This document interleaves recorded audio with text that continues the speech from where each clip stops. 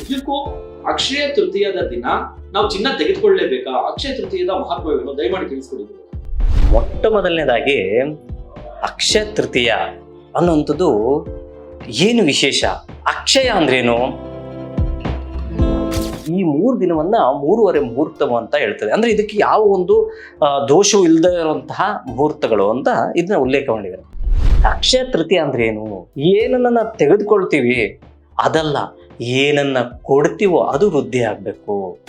ಮಡಿಕೆಯಿಂದ ಮಾಡಿರುವಂತಹ ಒಂದು ಮಡಿಕೆದೆ ಮಾಡಿರುವಂಥ ಮಣ್ಣಿನಿಂದ ಮಾಡಿರುವಂತಹ ಮಡಿಕೆಯಲ್ಲಿ ನೀರನ್ನು ತುಂಬಿಸಿ ದಾನವನ್ನು ಮಾಡಿದ್ದೆ ಆದರೆ ಸಂಪೂರ್ಣವಾದಂತಹ ಅಕ್ಷಯವಾಗುತ್ತೆ ಅಂತ ಹೇಳ್ತದೆ. ಚಿನ್ನ ತಗೊಳ್ಳೇಬೇಕಾ ಅಕ್ಷಯ ತೃತೀಯ ದಿನ? ಚಿನ್ನ ಖಂಡಿತವಾಗ್ಲೂ ತಗೋಬೇಕು ಅನ್ನೋದು ಯಾವ ಗ್ರಂಥದಲ್ಲೂ ಬರೆದಿಲ್ಲ. ವೀಕ್ಷಕರ, ಈ ನ್ಯೂಸ್ನ ಇವತ್ತಿನ ಅಕ್ಷಯ ತೃತೀಯ ವಿಶೇಷ ಕಾರ್ಯಕ್ರಮಕ್ಕೆ ಸ್ವಾಗತ. ನಾನು ಭಾಸ್ಕರ್ ತೋಟಗಿರೆ. ಅಕ್ಷಯ ತೃತೀಯ ಮಹತ್ವವೇನು? ಅಕ್ಷಯ ತೃತೀಯ ದಿನ ಚಿನ್ನವನ್ನು ತೆಗೆದುಕೊಂಡ್ರೆ ಬಹಳ ಒಳ್ಳೇದು ಅಂತ ಹೇಳುವಂತ ಒಂದು ಸಂಪ್ರದಾಯ ಕೂಡ ಇದೆ. ಇದು ನಿಜನಾ ಅಥವಾ ಮೋಡಿಯನಾ? ಎಲ್ಲದರ ಕುರಿತಾದಂತ ಕಂಪ್ಲೀಟ್ ಮಾಹಿತಿಯನ್ನ ಈ ವಿಡಿಯೋದಲ್ಲಿ ನಿಮಗೆ ತೋರಿಸುವಂತ ಪ್ರಯತ್ನ. ಗುರುಜಿಯವರು ಅದ್ಭುತವಾದಂತಹ ಒಂದು ಧಾರ್ಮಿಕ ಜೊತೆಗೆ ವೈಜ್ಞಾನಿಕವಾದಂತಹ ಒಂದು ವಿಶ್ಲೇಷಣೆಯನ್ನ ಈ ವಿಡಿಯೋದಲ್ಲಿ ನಿಮ್ಮ ಮುಂದೆ ಪ್ರಸ್ತುತಪಡಿಸುವಂಥದ್ದು. ವಿಡಿಯೋವನ್ನ ಕೊನೆವರೆಗೂ ಮಿಸ್ ಮಾಡದೆ ನೋಡಿ. ತುಂಬಾ ಉಪಯುಕ್ತಕರವಾದಂತಹ ಒಂದು ವಿಡಿಯೋ ಇದು ಅಂತ ಕೂಡ ಹೇಳಿದ್ರೆ ತಪ್ಪಾಗಲಿಕ್ಕಿಲ್ಲ. ಈಗ ಗುರುಜಿಯವರನ್ನ ಕಾರ್ಯಕ್ರಮಕ್ಕೆ ಬರ್ಮಾಡ್ಕೊಳ್ಳೋದು. ತದನಂತರ ಅಕ್ಷಯ ತೃತೀಯ ಚಿನ್ನ ತೆಗೆದುಕೊಳ್ಳಲೇಬೇಕಾ ಅಥವಾ ಬೇರೆ ಯಾವ್ದಾದ್ರು ಶುಭಕರ ಮಂಗಳಕರವಾದಂತಹ ವಸ್ತುಗಳನ್ನ ಮನೆಗೆ ತರಬೇಕಾ? ಎಲ್ಲದರ ಕುರಿತಾದಂತಹ ಪ್ರಶ್ನೆಯನ್ನ ಕೇಳ್ತಾ ಹೋಗೋಣ. ಅದಕ್ಕೂ ಮುಂಚೆ ಖ್ಯಾತ ಜ್ಯೋತಿಷಿಗಳಂತ ನಮ್ಮೊಂದಿಗೆ ಇವತ್ತಿನ ಕಾರ್ಯಕ್ರಮದಲ್ಲಿ ಬಾಲಸುಬ್ರಹ್ಮಣ್ಯಂ ಗುರುಜಿ ಅವರಿದೆ. ಗುರುಜಿ ಅವ್ರನ್ನ ಕಾರ್ಯಕ್ರಮಕ್ಕೆ ಬರ್ಮಾಡ್ಕೊಳ್ಳೋದು. ಗುರುಗಳೇ, ತಮಗೆ ಕಾರ್ಯಕ್ರಮಕ್ಕೆ ಸ್ವಾಗತ. ಓಂ ಗಂ ಗಣಪತೆ ನಮಃ. ಓಂ ನಮೋ ಭಗವತೆ ವಾಸುದೇವಾಯ. ಓಂ ನಮಃ ಶಿವಾಯ. ಓಂ ಶ್ರೀಮಾತ್ರೇ ನಮಃ. ಓಂ ಸ್ವಾಮಿ ಶರಣಮಯ್ಯಪ್ಪ. ಸಮಸ್ತ ಈ ಸಂಜೆ ವಾಹಿನಿ ವೀಕ್ಷಕರಿಗೆ ನನ್ನ ಅನಂತ ನಮಸ್ಕಾರಗಳು. ಭಾಸ್ಕರ್ ಅವರೇ, ನಿಮಗೂ ಸಹ ನಮಸ್ಕಾರ. ಒಂದು ಸಂಕಷ್ಟದ ಪ್ರಶ್ನೆ, ಈ ಮಧ್ಯಮ ವರ್ಗದವರ ಕಷ್ಟನೇ ಇದೆ ಅಂತ ಅನ್ಸುತ್ತೆ ಗುರುಗಳೇ. ಅಕ್ಷಯ ತೃತೀಯ ಬಂದ್ರೆ ಅವ್ನು ಸಾಲ ಸೋಲನಾದ್ರೂ ಮಾಡಿ 1 ಗ್ರಾಮ್ ಆದ್ರೂ ಸರಿ ಚಿನ್ನ ತೆಗೆದುಕೊಳ್ಬೇಕು ಅನ್ನುವಂತ ಒಂದು ಪರಿಪಾಟ್ಲು. ಇದನ್ನೆಲ್ಲ ಒಂದ್ ಕಡೆ ಈ ರೀತಿಯ ಒಂದು ನರೇಷನ್ ಸೆಟ್ ಮಾಡ್ಬಿಟ್ಬಿಟ್ಟಿದಾರ ನಮ್ಮಂತ ಈ ಮಧ್ಯಮ ವರ್ಗದವ್ರಿಗೆ. ನಿಜಕ್ಕೂ ಅಕ್ಷಯ ತೃತೀಯದ ದಿನ ನಾವು ಚಿನ್ನ ತೆಗೆದುಕೊಳ್ಳಲೇಬೇಕಾ? ಅಕ್ಷಯ ತೃತೀಯದ ಮಹತ್ವವೇನು? ದಯಮಾಡಿ ತಿಳಿಸ್ಕೊಡಿ. ನೋಡಿ, ಮೊಟ್ಟ ಮೊದಲನೇದಾಗಿ ಅಕ್ಷಯ ತೃತೀಯ ಅನ್ನುವಂಥದ್ದು ಏನು ವಿಶೇಷ? ಅಕ್ಷಯ ಅಂದ್ರೇನು? ವೃದ್ಧಿಯಾಗುವಂಥದ್ದು, ಸಮೃದ್ಧಿಯಾಗಿರುವಂಥದ್ದು, ಕ್ಷಯವಾಗದೇ ಇರುವಂಥದ್ದು ಅಕ್ಷಯವಾಗುವಂಥದ್ದು. ನೋಡಿ, ನಾವು ಮೊಟ್ಟ ಮೊದಲನೇದಾಗಿ ಮುಹೂರ್ತ ಚಿಂತಾಮಣಿಯಲ್ಲಿ ಒಂದು ವಿಶೇಷವಾದಂತಹ ವಿಚಾರವನ್ನು ತಿಳಿಸ್ಕೊಟ್ಟಿದ್ದಾರೆ. 3.5 ಮುಹೂರ್ತ ಅಂತ ಹೇಳ್ತಾರೆ. ಅಂದ್ರೆ ಮೊಟ್ಟ ಮೊದಲನೇದಾಗಿ ನಾವು ಏನು ಯುಗಾದಿ ಅಂತ ಹೇಳ್ತೀವಲ್ಲ, ಯುಗಾದಿ ಒಂದು ಮುಹೂರ್ತ, ತದನಂತರ ವಿಜಯದಶಮಿ ಒಂದು ಮುಹೂರ್ತ, ತದನಂತರ ದೀಪಾವಳಿಯಾದ ಒಂದು ಹಬ್ಬದಲ್ಲಿ ಬರುವಂತಹ ಒಂದು ಮುಹೂರ್ತ, ಅಕ್ಷಯ ತೃತೀಯ ಒಂದು ಮುಹೂರ್ತ. ಈ ದೀಪಾವಳಿ ಹಬ್ಬದ ಬರುವಂತಹ ಪಾಡ್ಯಕ್ಕೆ ಅರ್ಧ ಮುಹೂರ್ತ ಅಂತ ಹೇಳ್ತೀವಿ. ಈ 3 ದಿನವನ್ನ 3.5 ಮುಹೂರ್ತವು ಅಂತ ಹೇಳ್ತದೆ. ಅಂದ್ರೆ ಇದಕ್ಕೆ ಯಾವ ಒಂದು ದೋಷವೂ ಇಲ್ಲದೆ ಇರುವಂತಹ ಮುಹೂರ್ತಗಳು ಅಂತ ಇದನ್ನ ಉಲ್ಲೇಖ ಮಾಡಿದ್ದಾರೆ. ಇನ್ನು ನೀವು ಕೇಳಿದಂತಹ ಪ್ರಶ್ನೆಗೆ ಅಕ್ಷಯ ತೃತೀಯ ಅಂದ್ರೆ ಏನು? ಮೊದಲೇ ತಿಳಿಸ್ದಂಗೆ ಎಲ್ಲವೂ ವೃದ್ಧಿ ಆಗುವಂಥದ್ದು. ಯಾವ ರೀತಿಯಾದಂತಹ ವೃದ್ಧಿ ಆಗುತ್ತೆ ಅನ್ನೋದನ್ನ ನಾವು ಯೋಚನೆ ಮಾಡಬೇಕು. ಏನನ್ನ ತೆಗೆದುಕೊಳ್ತೀವಿ ಅದಲ್ಲ, ಏನನ್ನ ಕೊಡ್ತೀವೋ ಅದು ವೃದ್ಧಿ ಆಗ್ಬೇಕು. ಅಂದ್ರೆ ನಾವು ಯಾರಿಗೆ ಏನನ್ನ ತಲುಪಿಸ್ತೀವೋ, ದಾನವನ್ನ ಮಾಡ್ತೀವೋ, ಆದ್ರೂ ನಮಗೆ ದುಪ್ಪಟ್ಟಾಗುತ್ತೆ ಅಂತ ಹೇಳಿದೆ ಶಾಸ್ತ್ರ. ಏನು ದಾನ ಮಾಡ್ಬೋದು? ಯಾರಿಗೆ ಅವಶ್ಯಕತೆ ಇದೆಯೋ, ಅಂದ್ರೆ ಅಪಾತ್ರರಿಗಲ್ಲ, ಯಾರಿಗೆ ಅವಶ್ಯಕತೆ ಇದೆಯೋ ಅಂಥವರಿಗೆ ದಾನವನ್ನು ಮಾಡಿದ್ದೆ ಆದರೆ ಖಂಡಿತವಾಗ್ಲೂ ನಿಮಗೆ ಅವರು ಕೊಟ್ಟಂತಹ ಒಂದು ಪದಾರ್ಥ, ಯಾವುದೇ ಪದಾರ್ಥ ಆಗಿರೋ ಅದು ನಿಮಗೆ ದುಪ್ಪಟ್ಟಾಗುತ್ತೆ. ಯಾರೋ ಒಬ್ಬರು ಕಷ್ಟದಲ್ಲಿರ್ತಾರೆ, ಆ ಕಷ್ಟಕ್ಕೆ ನೀವು ಸಹಾಯ ಮಾಡ್ತಿರಲ್ಲ, ಆ ಸಹಾಯವೇ ನಿಮಗೆ ಸಂಪೂರ್ಣವಾದಂತ ದಾನ ಮಾಡಬೇಕು ಏನಾದ್ರೂ ರೂಲ್ ಇದೆ? ಖಂಡಿತ ಏನಿಲ್ಲ. ಆದ್ರೆ ಶಾಸ್ತ್ರಬದ್ಧವಾಗಿ ಏನ್ ಹೇಳ್ತದೆ ಅಂದ್ರೆ ಅಕ್ಷಯ ಪಾತ್ರೆ ಅನ್ನೋದು ನೀವು ಸಾಮಾನ್ಯವಾಗಿ ಕೇಳಿರ್ತೀರ, ಅಕ್ಷಯ ಪಾತ್ರೆ ಅನ್ನೋದು. ಆದ್ರೆ ಅದನ್ನ ಏನ್ ಹೇಳ್ತಾರೆ ಅಂದ್ರೆ ಮಡಿಕೆಯಿಂದ ಮಾಡಿರುವಂತಹದ್ದು, ಮಡಿಕೆಯಿಂದ ಮಾಡಿರುವಂತಹ ಒಂದು ಮಡಿಕೆದೆ ಮಾಡಿರುವಂತ ಮಣ್ಣಿನಿಂದ ಮಾಡಿರುವಂತಹ ಮಡಿಕೆಯಲ್ಲಿ ನೀರನ್ನ ತುಂಬಿಸಿ ದಾನವನ್ನು ಮಾಡಿದ್ದೆ ಆದ್ರೆ ಸಂಪೂರ್ಣವಾದಂತಹ ಅಕ್ಷಯವಾಗುತ್ತೆ ಅಂತ ಹೇಳ್ತದೆ. ಯಾಕೆ ಅಂದ್ರೆ ಅದಕ್ಕೂ ಸಹ ವೈಜ್ಞಾನಿಕ ಒಂದು ಪುರಾವೆಯನ್ನು ನಾನು ಕೊಡ್ಲಿಕ್ಕೆ ಇಷ್ಟಪಡ್ತೀನಿ. ಅಕ್ಷಯ ತೃತೀಯ ಅನ್ನುವಂಥದ್ದು ಬರುವಂಥದ್ದು ತದಿಗೆ ಅಥವಾ ತೃತೀಯ ಅಂತ ಹೇಳ್ತೀವಿ. ಇದು ಬರುವಂಥದ್ದು ಬೇಸಿಗೆ ಕಾಲದಲ್ಲಿ ಬರುವಂಥದ್ದು. ಈ ಬೇಸಿಗೆ ಕಾಲದಲ್ಲಿ ನೀರಿಗೆ ಹಾಹಾಕಾರ ಹೆಚ್ಚಾಗುವಂಥದ್ದು, ಬರಗಾಲವು ಸಹ ಹೆಚ್ಚಾಗುವಂಥದ್ದು. ನೋಡಿ, ಅನಾದಿ ಕಾಲದಿಂದಲೂ ನಮ್ಮ ಋಷಿ ಮುನಿಗಳಾಗಿರ್ಬೋದು, ರಾಜ ಮುನಿಗಳಾಗಿರ್ಬೋದು, ರಾಜಾದಿ ರಾಜಗಳಾಗಿರ್ಬೋದು, ಎಲ್ಲರೂ ಮಾಡ್ಕೊಂಡ್ ಏನು ಅಂದ್ರೆ, ನಮಗೆ ಬೇಕಾಗಿರುವಂಥದ್ದು ಊಟವನ್ನು ಬಿಟ್ರೆ ನೆಕ್ಸ್ಟ್ ನೀರೇ ಬೇಕಾಗಿರುವಂಥದ್ದು. ಊಟ ಬಿಟ್ಟರು ಪರವಾಗಿಲ್ಲ, ನೀರಿಲ್ಲದೆ ಬದುಕೋಕ್ ಆಗೋದಿಲ್ಲ ಅಂತ ಹೇಳ್ತೀವಿ. ಅಂದ್ರೆ ಉಸಿರಿನ ನಂತರ ಬೇಕಾಗಿರುವಂಥದ್ದು ನೀರು ಅಂತ ಹೇಳ್ತೀವಿ. ಆ ನೀರನ್ನ ಒಂದು ಮಡಕೆಯಲ್ಲಿ ತುಂಬಿಸಿ ದಾನವನ್ನು ಮಾಡಿದ್ದೆ ಆದ್ರೆ ನಿಮ್ಮ ದೇಹದಲ್ಲೂ ಅಷ್ಟೇ, ಪ್ರಪಂಚದಲ್ಲೂ ಅಷ್ಟೇ, ಮುಕ್ಕಾಲು ಪಾಲು ನೀರು ಅಂತಾನೆ ಹೇಳ್ತೀವಿ. ಅಂದ್ರೆ ದ್ರವದ ರೂಪವೇ ಇರುವಂತದ್ದು. ಅಂದ್ರೆ ಗುರುಗಳೇ, ನೀರನ್ನ ದಾನ ಮಾಡ್ಬೇಕು. ನೀರನ್ನ ತಮ್ಮ ಮೇಲೆ ಯಾಕೆ ನಮ್ಗೆಲ್ಲ ಗೌರವ, ಇಷ್ಟೊಂದು ಗೌರವ, ಭಕ್ತಿ ಗೌರವ ನಿಮ್ ಮೇಲೆ ಅಂತಂದ್ರೆ, ನಿಜಕ್ಕೂ ನೋಡಿ, ನಾನು ತಾವ್ ಹೇಳಿದಾಗ ನನ್ಗೊಂದ್ ಮನ್ಸಲ್ಲಿ ಒಂದು ಪ್ರಶ್ನೆ, ನಮ್ಮಂತ ಬಡವರಿಗೆ ಏನ್ ದಾನ ಮಾಡೋದಕ್ ಸಾಧ್ಯ?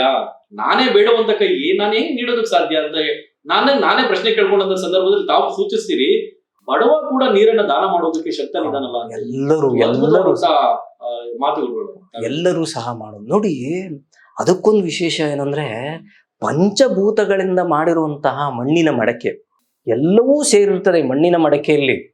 ನೋಡಿ, ಅದಕ್ಕೆ ನಿದರ್ಶನ ಏನು ಅಂದ್ರೆ, ಮಣ್ಣು ಅಂದ್ರೆ ಭೂಮಿಗೆ ಸಂಬಂಧಪಟ್ಟಿರುವಂಥದ್ದು, ಆಯ್ತಾ?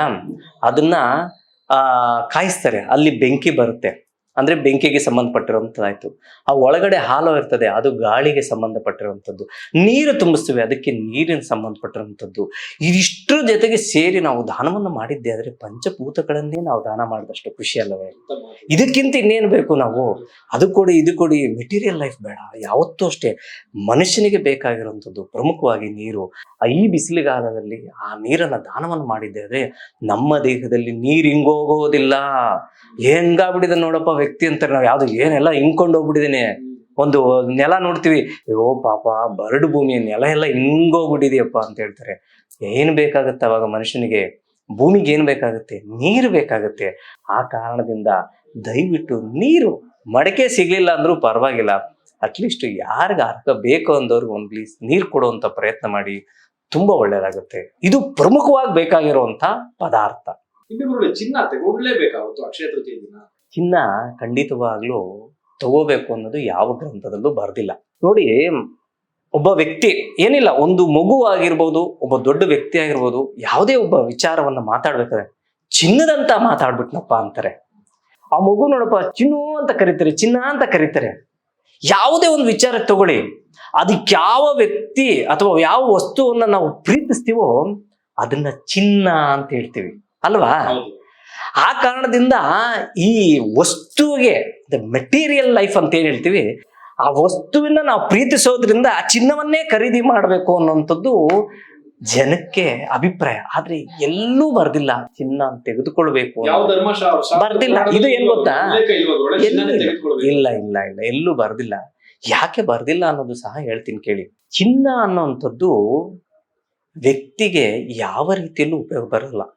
ಒಂದೇ ಒಂದು ಅದೇನಕ್ಕೆ ಉಪಯೋಗ ಬರೋದು, ಒಂದು ಅಸೆಟ್ ಅಷ್ಟೇ. ಯಾವುದೋ ಕಷ್ಟ ಕಾಲಕ್ಕೆ ಆಗುತ್ತೆ ಅನ್ನೋ ಒಂದು ಕಾರಣಕ್ಕಾಗದೆ ಅಷ್ಟೇ, ಬಿಟ್ರೆ ಬೇರೆ ಏನೂ ಆಗಲ್ಲ. ನೀವು ಒಂದು ಯಾವುದೋ ಒಂದು ವಸ್ತು ತಗೊಂಡಿರ್ತೀರ, ಒಂದು ಉಂಗುರ ತಗೊಂಡಿರ್ತೀರ, 2 ಉಂಗುರ ಆಗುತ್ತಾ ಬರೋ ವರ್ಷಕ್ಕೆ ಏನಾದ್ರು? ಅಲ್ಲ, ಈಗ ನಾವ್ ಹೇಳಿದೇನು, ಒಂದು ಡಬಲ್ ಆಗೋಗುತ್ತೆ, ಅದು ಏನ್ರಿ ಆಗುತ್ತೆ, ರೇಟಲ್ಲಿ ವ್ಯತ್ಯಾಸ ಆಗ್ಬೋದು, ಬಟ್ 1 ಉಂಗುರ 2 ಉಂಗುರ ಆಗೋದಿಲ್ಲ. ಆದ್ರೆ ಏನಂದ್ರೆ, ನಿಮಗೆ ಸಾಲ ಮಾಡದೆ ನಿಮ್ಮ ಕಿಶೆಯಲ್ಲಿ ಅಂದ್ರೆ ಅಥವಾ ನಿಮ್ಮ ಒಂದು ಇದರಲ್ಲಿ ಹಣಕಾಸಿನ ತೊಂದರೆ ಏನೂ ಇಲ್ಲ, ನನ್ನಲ್ಲಿ ಒಂದಷ್ಟು ಅಮೌಂಟ್ ಇದೆ, ಫಂಡ್ ಇದೆ ಅಂದ್ರೆ ಚಿನ್ನ ತಗೊಳ್ಳೋದೇನು ತಪ್ಪೇನಲ್ಲ, ಹಂಗಂತ ತಪ್ಪಲ್ಲ. ಆದ್ರೆ ತಗೊಳ್ಳೇಬೇಕು ಅನ್ನೋಂಥದ್ದೇನಿಲ್ಲ. ನಾನು FD ತೆಗೆದುಬಿಟ್ಟಿದ್ದೀನಿ, ಅಥವಾ ಯಾರ ಹತ್ರನೂ ನಾನು ಸ್ವಲ್ಪ ಸಾಲ ಮಾಡ್ತಾ ಇದ್ದೀನಿ, ಯಾರೋ ಕೇಳಿದ್ದೀನಿ, ಚೀಟಿ ನಂದೇ ಫಸ್ಟ್ ಎತ್ಬಿಟ್ಟು ತಗೊಂಡೋಗಿ ಕಟ್ಬಿಡ್ತೀನಿ, ಯಾರಿಗೂ ಬಡ್ಡಿ ಕೇಳಿದ್ದೀನಿ 2% ಅಂತ ತಗೊಂಡ್ಬಿಟ್ಟು ಹೋಗಿ ಏನೋ ಒಂದು ಚಿನ್ನ ತಗೊಂತೀನಿ. ನೀವೇನ್ ಮಾಡ್ತಾ ಇದ್ದೀರಾ? ಏನ್ ಮಾಡ್ತಿದ್ರಿ ಹೇಳಿ? ಸಾಲ ಮಾಡ್ತಾ ಇದ್ದೀರಾ. ಅಕ್ಷಯ ತೃತೀಯ ದಿವಸ ಸಾಲ ಮಾಡಿದ್ರೆ ಸಾಲ ದುಪ್ಪಟ್ಟಾಗತ್ತೆ. ಇಂಥ ಮಾಡಕ್ ಹೋಗ್ಬೇಡಿ. ನಿಮ್ಮಲ್ಲಿ ಇದೆಯಾ ಹಣಕಾಸಿನ ಅನುಕೂಲತೆ ಇದೆಯಾ? ಸುಮ್ಮನೆ ವೇಸ್ಟ್ ಆಗಿ ದುಡ್ಡು ಬಿದ್ದಿದೆ, ಏನೋ ಮಕ್ಕಳಿಗೆ ಆಗತ್ತೆ ನಾಳೆ ದಿವಸ ಅನ್ನೋ ಅಂತ ಸಂದರ್ಭದಲ್ಲಿ ತೆಗೆದುಕೊಂಡ್ರೆ ತಪ್ಪಿಲ್ಲ. ತಗೊಳ್ಳೇಬೇಕು ಅನ್ನೋಂಥದ್ದು ಏನೂ ಇಲ್ಲ. ಇದು ಕಲಿಗಾಲ, ಜೊತೆಲಿ ನೋಡಿ ಸೋಷಿಯಲ್ ಮೀಡಿಯಾ ಕಾಲ ಇದು. ಸೊ ಸೋಷಿಯಲ್ ಮೀಡಿಯಾದಲ್ಲಿ ಬರ್ದೇ ಇರೋಂತ ಸುದ್ದಿನೇ ಇಲ್ಲ. ಸೊ ನನ್ಗೆ ಒಂದಷ್ಟು ಪ್ರಶ್ನೆಗಳು ಸೋಷಿಯಲ್ ಮೀಡಿಯಾದಲ್ಲಿ ಬಂದಂತ ಒಂದು ಆಧಾರವನ್ನಾಗಿಟ್ಟು, ಆ ಪೋಸ್ಟ್ ಅನ್ನು ಆಧಾರವಾಗಿ ಇಟ್ಕೊಂಡು ಕೇಳೋದಾದ್ರೆ, ಅಕ್ಷಯ ತೃತೀಯ ದಿನ ಈ ಎಲ್ಲಾ ವಸ್ತುಗಳನ್ನ ಖರೀದಿ ಮಾಡಿದ್ರೆ ಮನೆಗೆ ತಗೊಂಡ್ಬಂದ್ರೆ ಒಂದು ಶುಭಕರ ಮಂಗಳಕರ ಅಂತ ಹೇಳಿ ಒಂದು ಸೋಷಿಯಲ್ ಮೀಡಿಯಾದಲ್ಲಿ ಹರಿದಾಡ್ತಿರುವಂತ ಒಂದು ವಿಡಿಯೋ ಬಗ್ಗೆ ತಮ್ಮ ಹತ್ರ ಪ್ರಶ್ನೆ ಕೇಳ್ತೀನಿ. ಪೊರಕೆ ತಗೊಂಡ್ಬಂದ್ರೆ ಒಳ್ಳೇದು ಅಂತ ಹೇಳ್ತಾರೆ. ಜೊತೆಲಿ ಅಕ್ಕಿ, ಉಪ್ಪು, ಕಲ್ಲುಪ್ಪು, ಆಮೇಲೆ ಇದು ಗುರುಳೆ ಏನು ಹತ್ತಿ, ಅದಾದ ನಂತರ ಸಾಸಿವೆ, ಹೀಗೆ ಅಕ್ಷಯ ತೃತೀಯ ದಿನ ಈ ಎಲ್ಲಾ ವಸ್ತುಗಳನ್ನ ಮನೆಗೆ ತೆಗೆದುಕೊಂಡು ಬನ್ನಿ, ಚಿನ್ನಕ್ಕಿಂತಲೂ ಇದನ್ನ ತೆಗೆದುಕೊಂಡು ಬಂದ್ರೆ ಒಳ್ಳೇದು ಅಂತ ಹೇಳಿ ಕೂಡ ಸೋಷಿಯಲ್ ಮೀಡಿಯಾದಲ್ಲಿ ಇರುವಂತದ್ದು. ನೋಡಿ, ಅಭಿಪ್ರಾಯ, ನನ್ನ ಕೋನ ದೃಷ್ಟಿ ಒಂದು ರೀತಿ ಇರ್ತದೆ, ನಿಮ್ಮ ಒಂದು ದೃಷ್ಟಿನೇ ಬೇರೆ ಇರ್ತದೆ. ಒಂದು ಅಕ್ಕಿ ಅಂತ ಇಟ್ಕೊಳ್ಳಿ, ನೀವ್ ಹೇಳಿದ್ದೆ ಅಕ್ಕಿಯನ್ನ ನಾನೇನ್ ಮಾಡ್ತೀನಿ, ಫಸ್ಟ್ ಕ್ಲಾಸ್ ಆಗಿ ಅಕ್ಕಿಲ್ ಚಿತ್ರನ ಚೆನ್ನಾಗಿ ಮಾಡ್ಬೋದು ಅಂತ ನಾನ್ ಚಿಂತನೆ ಇರ್ತದೆ. ನೀವು ಅದೇ ಅಕ್ಕಿನ ಬೇರೆ ರೀತಿಯಲ್ಲಿ ಇದ್ರಲ್ಲಿ ಪುಳಿಯೋಗರೆ ಮಾಡಿದ್ರೆ ಅದ್ಭುತವಾಗಿರ್ತದೆ ಅಂತ ಹೇಳ್ತೀನಿ.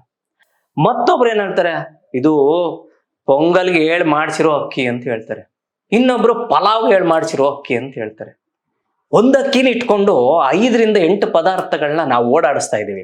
ಅದು ಒಂದೇ ತೆಗೆದುಕೊಂಡ್ ಬರ್ಬೇಕು ಅನ್ನೋದೇನಿಲ್ಲ. ನೀವ್ ಹೇಳಿರುವಂತ ಒಂದಷ್ಟು ವಿಚಾರಗಳನ್ನು ನಾನು ಪ್ರಸ್ತಾಪ ಮಾಡ್ತೀನಿ. ಪೊರಕೆ, ನಮ್ಮ ಮನೆಯನ್ನ ಶುಚಿ ಮಾಡುವಂಥದ್ದು ಪೊರಕೆ.